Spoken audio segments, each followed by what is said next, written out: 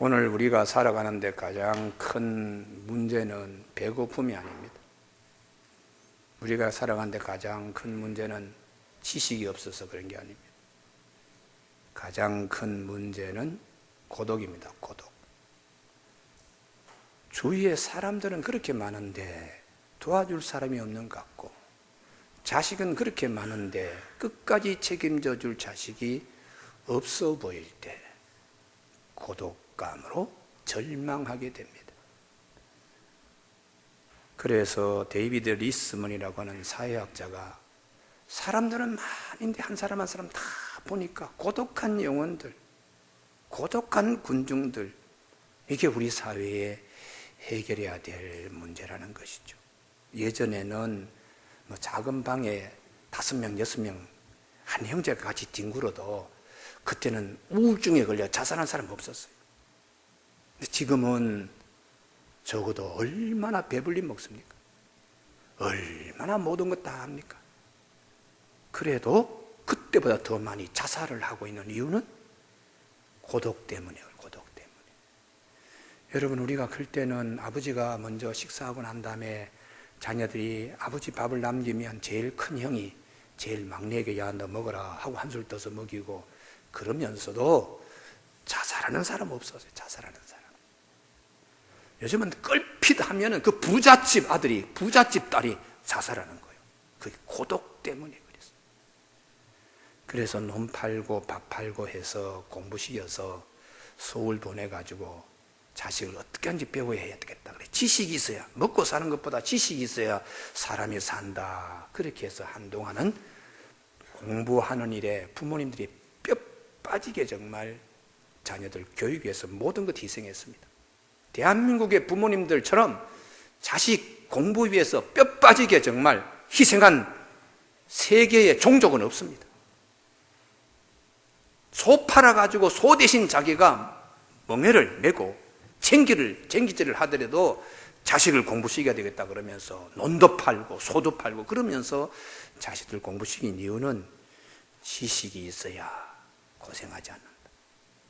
근데 그 이후에 지금은 애들 5살짜리도 스마트폰으로 탁 보고 세계 그냥 돌아가는 거 촉촉촉촉 그냥 게임도 하고 그러는데, 요즘은 지식이 그냥 홍수처럼 넘치는 그런 시대에 살고 있는데도 지식이 해결한 거 아니잖아요. 고독감으로 더 힘들어하는 것입니다. 고독은 우리에게 절망을 주고, 절망은 우리에게 죽음에 이르게 내모는 아주 못된 것이에요. 그래서 우리 마음속에 오늘 예배 드릴 때에 나를 고독하게 하는 것은 난 나갈지어다 할렐루야 그러면서 쫓아내기를 바랍니다. 절망은 다 사라질지어다. 이렇게. 내가 지금 고민하고 있는 문제의 핵심, 제일 끝자리에 있는 것은 먹을 것, 배우지 못한 것, 권력 없음이 아니고 제일 뒷자리에 숨어 있는 것은 고독입니다. 고독. 영혼의 고독. 야, 지금은 괜찮은데 10년 후에는 나는 어떻게 될까? 이 아이를 이렇게 열심히 기르는데 내가 노후에는 나를 배반하고 나를 모른다 하고 나는 어디가 있을까? 이런 고독이 영혼 깊은 곳에 있기 때문에 만족이 없고 그늘이 항상 지는 거예요. 우리나라의 국민 개그맨이라고 하는 이홍렬 씨가 계셨습니다. 지금은 그분이 이제 무슨 엔터테인먼트 무슨 회사 대표인데요.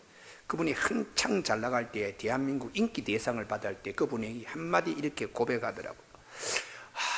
나는 우리 자녀들을 다 미국에 보내고 한국의 일산이 지금 기러기 아빠로 지금 원룸에 와 있는데 국민들에게는 참 웃음을 이렇게 선물해서 내가 이 대상을 받지만은 집에 가면 참 혼자 고독합니다. 그래서 할 수 없이 애완견을 한 마리 샀는데 그때만 애완견이 그렇게 유행해 되지 않을 때인데요. 그 애완견을 사가지고 반려동물로서 집에 길렀더니 참 좋더라는 거예요. 그리고 석 달 딱 지났는데 애완견도 우울증에 걸린 거예요. 하루 종일 주인은 밖에서 막 국민들에게 개그맨으로 웃음을 선사한다고 뛰어다녔지만 강아지는 집안에서 하루 종일 멍하니 있으니까 강아지가 석 달 만에 우울증에 걸리더라는 것이죠. 우리 안에 짐승이나 사람이나 최고 불행하게 하는 것이 무엇인가? 고독입니다. 고독. 이 고독을 어떻게 해소할 길이 없는가? 거기에 대하여 성경이 답을 하는 것입니다. 하나님과 동행해라. 할렐루야. 이것이 우리 고독을 해결할 수 있는 길이라는 것이. 에녹의 하나님이 오늘 우리와 함께 하시고 에녹이 하나님과 함께 함으로써 우리도 하나님과 함께 하여 죽음을 두려워하지 않는다. 죽음을 두려워하지 않고 그 자리에 가서도 하나님이 함께 하신다는 거예요. 물 가운데 있었더라도 강물이 너를 엄물치 못할 것이고 불 가운데 있을지라 불이 너를 사르지 못할 것이라. 하나님이 함께 하심으로 하나님과 동행하는 것입니다. 오늘 본문은 얼핏 보면은 나이로 쭉 이렇게 나와 있는데 5장을 보시려 그러면 4장을 같이 그 반대점에 대극점에 놓고 5장을 봐야 되는데요. 4장에 보면 4장 16절에 가인이 여호와 앞을 떠나서 신앙 없는 삶을 살았어요. 근데 그 후회가 겉보기는 참 잘 됐습니다. 18절, 16, 17절 보면 성을 축성했으니까 이게 상당한 인력을 동원해서 성주 고대 국가의 우두머리가 되어야 이 일이 가능합니다. 그리고 20절에 보면은 가축 치는 자 조상도 나오고 21절에 수금 퉁소를 잡는 모든 자의 조상이 음악의 대부가 되는 역사가 22절에 또 구리와 쇠로 여러 가지 기구를 만드는 자요 두발 가인의 누이는 나마라 뭐 이렇게 세상에 온갖 좋은 건 다 가졌더라도 5장을 못 갖는 거예요. 장수의 축복을 갖지 못하는 겁니다.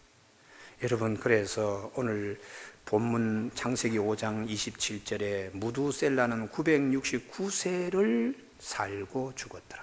장수의 복은 가인의 집안에는 없습니다.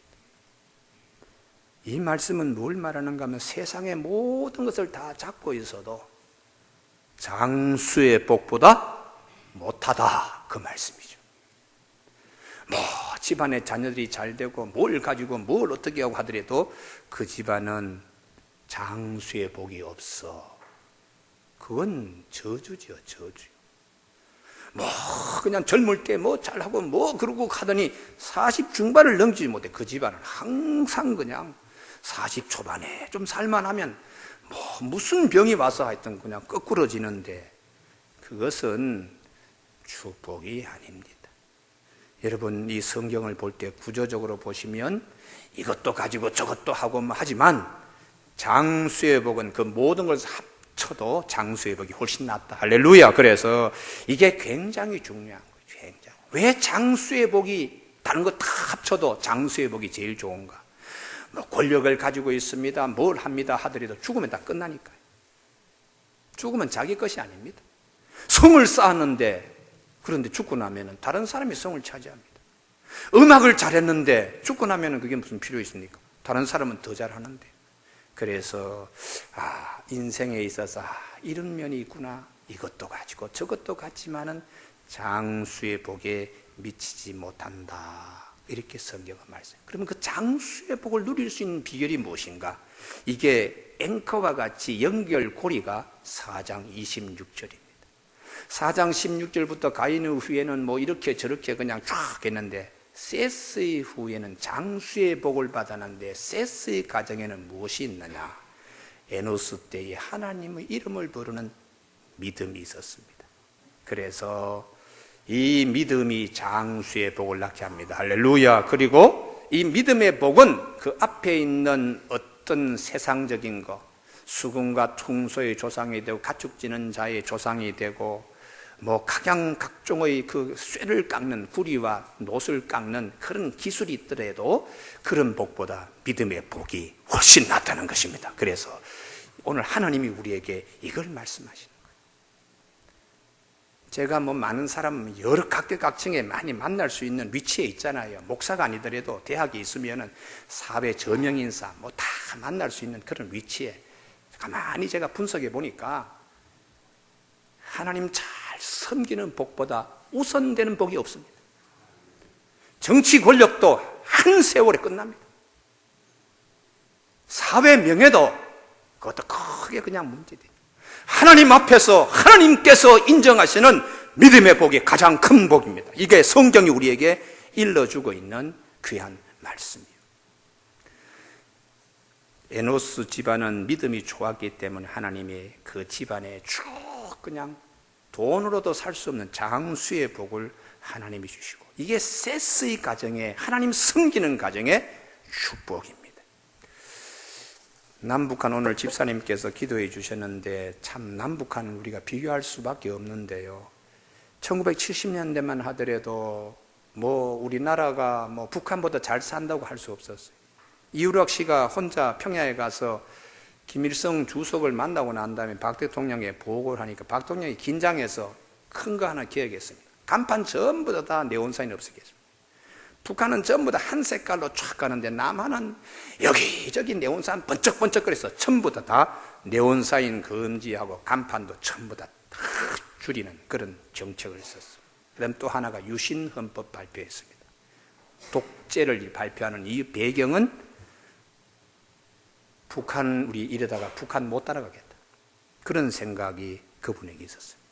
또 하나는 정권을 연장하겠다는 욕심도 있었지만 아무튼 우리 남한이 북한보다 잘 살지 못했습니다. 이게 1970년의 얘기입니다. 그때 남북의 남자 여자의 평균 수명이 61둘이었습니다. 남한에는 58.6세, 여성은 65.4세, 북한도 거기 비슷했어요. 그런데 40년이 된 2011년도 유엔의 영감에 북한의 평균 수명과 남한의 평균 수명이 확 벌어진 걸 볼 수 있습니다. 유엔이 평균 연령, 평균 수명에 대한 영감에서 2011년도에 북한은 69세로 집계했는데 남한은 81세로 집계하고 있습니다. 그러면 그 40년 사이에 어떤 일이 벌어졌는가? 북쪽에서 열심히 무기 만들고 열심히 노력했습니다. 남한은 남한대로 열심히 했습니다. 단 한 가지 차이가 있다면 북한은 그 어느 때보다 기독교 박해하는 일에 세계 1등 국가가 되었어요. 기독교인이라면 공개적으로 총살을 시키는 나라는 북한밖에 없습니다. 그 이전에보다 이후에 이 현상이 급격히 더 강해졌습니다. 대신 남한은 교회가 이렇다, 목사가 이렇다, 장로가 저렇다 욕을 얻어먹어도 그래도 하나님 섬기는 믿음의 사람들이 1천만이 여기 있습니다. 할렐루야. 그러니까 하나님이 어느 편에게 하나님 복을 주시겠습니까? 재물로도 군사적으로도 칼로도 창으로도 안 되는 장수의 복을 하나님이 주셨어요. 여러분, 우리 예배드리는 산부 예배드리는 온 교우들에게 하나님 잘 섬기는 복, 장수의 복이 함께 있을 줄로 믿습니다. 장수의 복은 하나님 손안에 있습니다. 출애굽기 20장 6절에 나를 사랑하고 내 계명을 지키는 자에게 하나님이 천대까지 은혜를 베풀어 주신다고 말씀하시고, 출애굽기 20장 16절에 내 부모를 공경하라 거리하면 내 하나님 여호와가 내게 준 땅에서 장수하리라 이렇게 말씀하셨으니까 부모님 잘 섬기는 사람은 하나님도 잘 섬기게 됩니다. 그래서 땅에서 장수하는 복을 주신다고 약속하셨어요. 솔로몬을 보면 하나님이 온갖 좋은 것 다 하나님 손안에 있습니다. 그래서 솔로몬에게 하나님이 많은 것을 부어주셨습니다. 오늘 우리 산부 예배에 참석하는 교우들에게 이것을 사모할 수 있기를 바랍니다. 할렐루야. 그가 사모하는 영혼에게 만족을 주시며 줄인 영혼에게 좋은 것을 채워주시는 하나님이시라고 시편 107편 9절에서 말씀하시기 때문에 그렇습니다. 야고보서 1장 17절 온갖 좋은 은사와 온전한 선물들이 다 위로부터 빛들이 아버지께로 내려오나니 하고 위에서 하나님이 주셔야 되는 것입니다. 무두셀라는 장수의 복인데 5장에 보면 다 오래 살았습니다. 그 중에 밭에 감추인 진주 한 사람이 있는데 그분이 에녹입니다.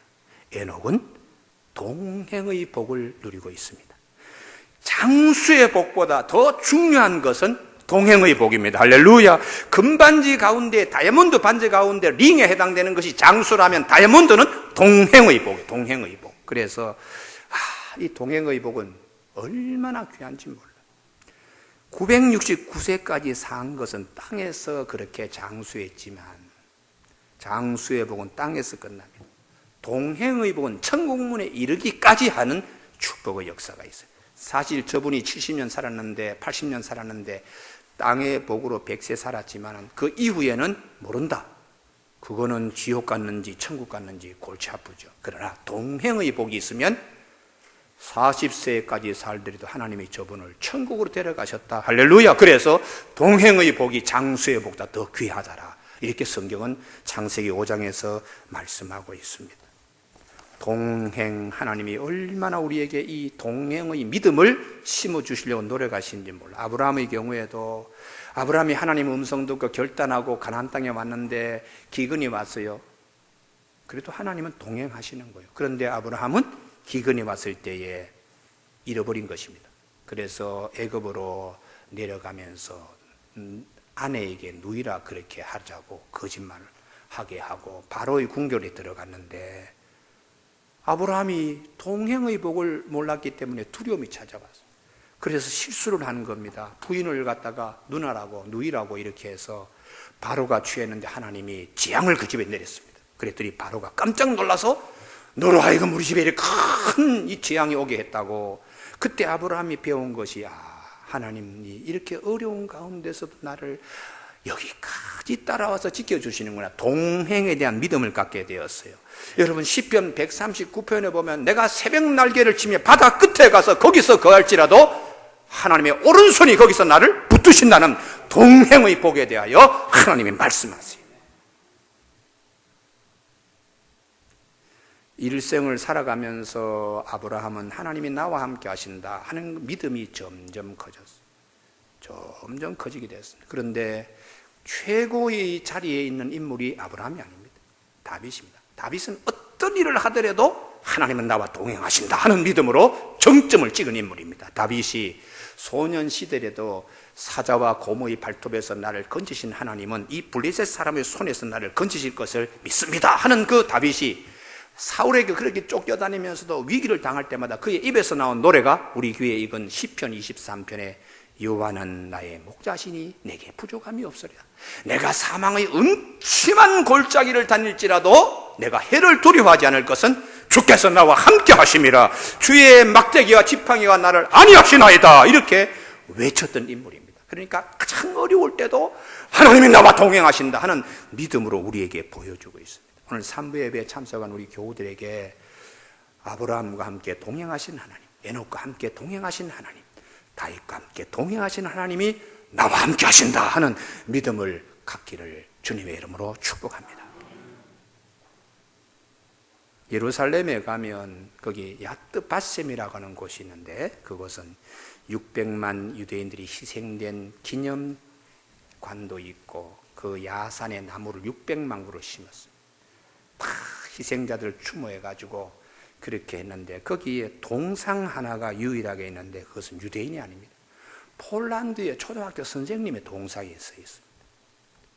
우리가 익히 아는 대로 그분의 이름은 코자크라고 하는 여선생님인데 폴란드의 그 유대인 초등학교 애들하고 폴란드 애들 같이 수업하고 있는데 독일의 군용 트럭이 운동장에 탁 들어왔어요.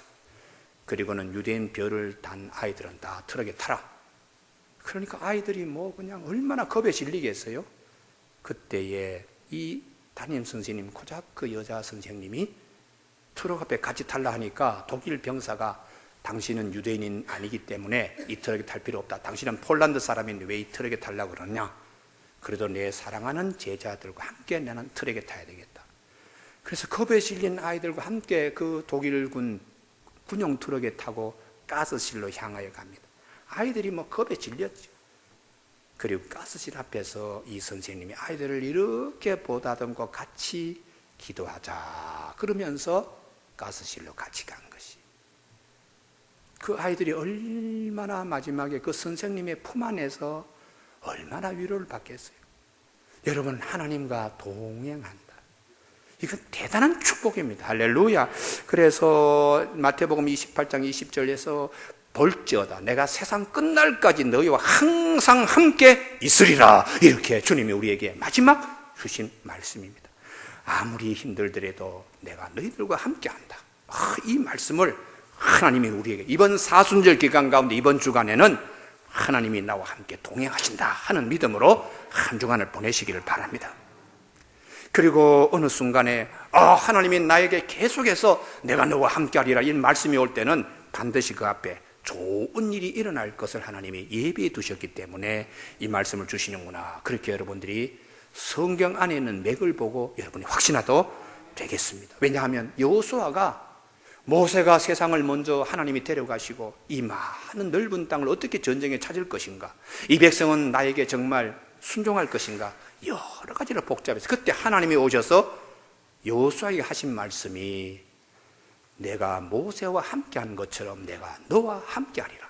그리고 조상들에게 약속한 이 땅을 반드시 차지하게 하리라. 너는 마음을 강하게 하고 담대히 하라. 이렇게 하나님이 말씀부터 주셨어요. 여러분, 오늘 갑자기 예배 시간에 동영의 말씀이 가슴에 와닿고 하나님이 왜 자꾸 이 말씀 주시나?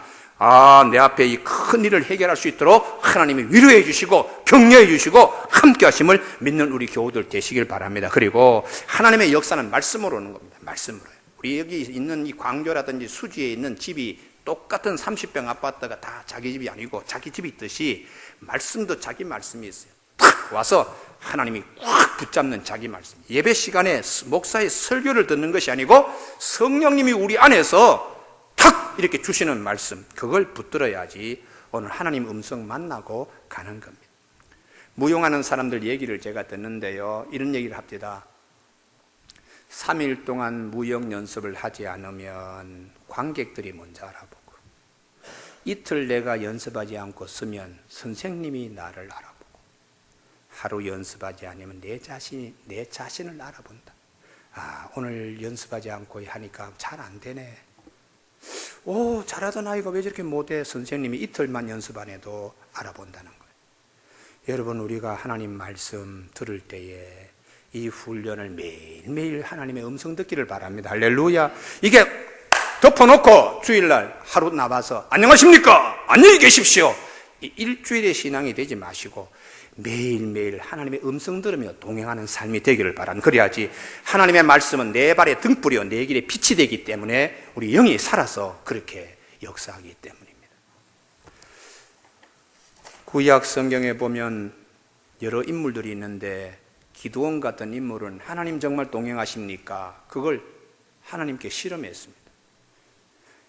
정말 하나님의 나를 쓰시려고 그럽니까? 이 솜뭉치가 있는데, 양털 뭉치가 있는데 여기에 이슬이 내리고 다른 데는 이슬이 내리지 않게 해주십시오. 하나님이 그렇게 표징을 주심으로 동행하는 믿음을 갖게 돼. 또 한 번 뒤집어서 바깥에는 이슬이 맺히지만 이 솜털 뭉치는 이슬이 없게 하여 주십시오. 하나님이 그렇게 해주셨어요. 이 동행의 체험을 한 후에 기드온은 담대한 자가 되었어요. 자, 우리가 미디안과 전쟁해야 되는데 다 모이시오. 32,000명이 모였습니다. 그때에 32,000명 가지고도 부족할 텐데 하나님이 이렇게 말씀하시는 거예요. 너무 많다. 겁먹은 사람들 다 집으로 돌려보내. 근심 걱정 있는 사람 다 집으로 돌려보내. 그때에 기드온이 알겠습니다 해서 겁먹고 두려운 사람들, 집에 일 있는 사람들 다 가시오. 22,000명이 싹 빠져나가는 거예요. 10,000명 남았는데 하나님 또 그러시는 거예요. 아직도 많다.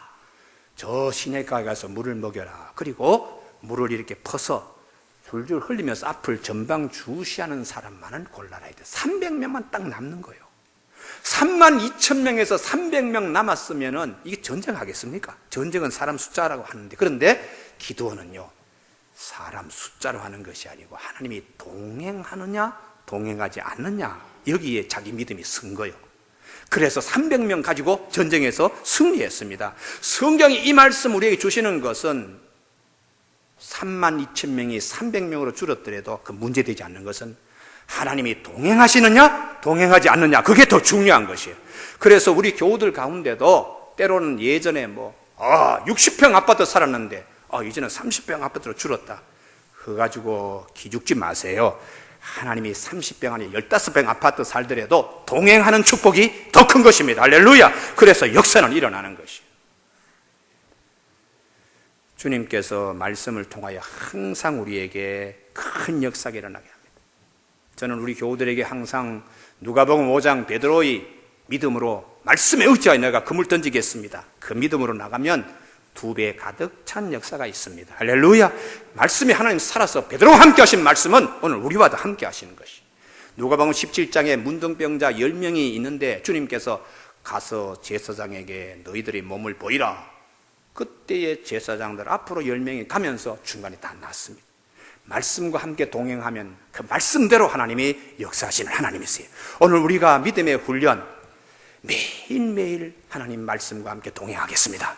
말씀대로 될 줄만 믿습니다. 이 훈련이 되어야지 나중에 누구 앞에 서더라도 저분은 말씀 중심의 사람이요, 하나님 중심의 사람이요, 하나님 동행하는 사람이라고 그렇게 평가를 하게 됩니다.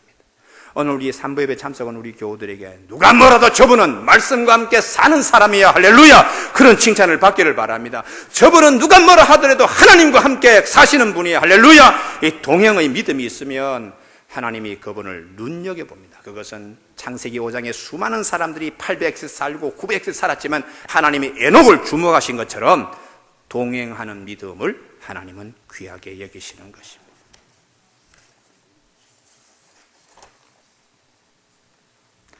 바벨론 포로로 잡혀갔을 때에 하나님이 이래도 우리와 동행하십니까? 그때 선지자들이 그래도 동행하지. 다니엘 같은 경우에 사자굴에 던져지는데도 그래도 하나님이 동행하지. 그래서 다니엘은 사자굴에서 나왔습니다.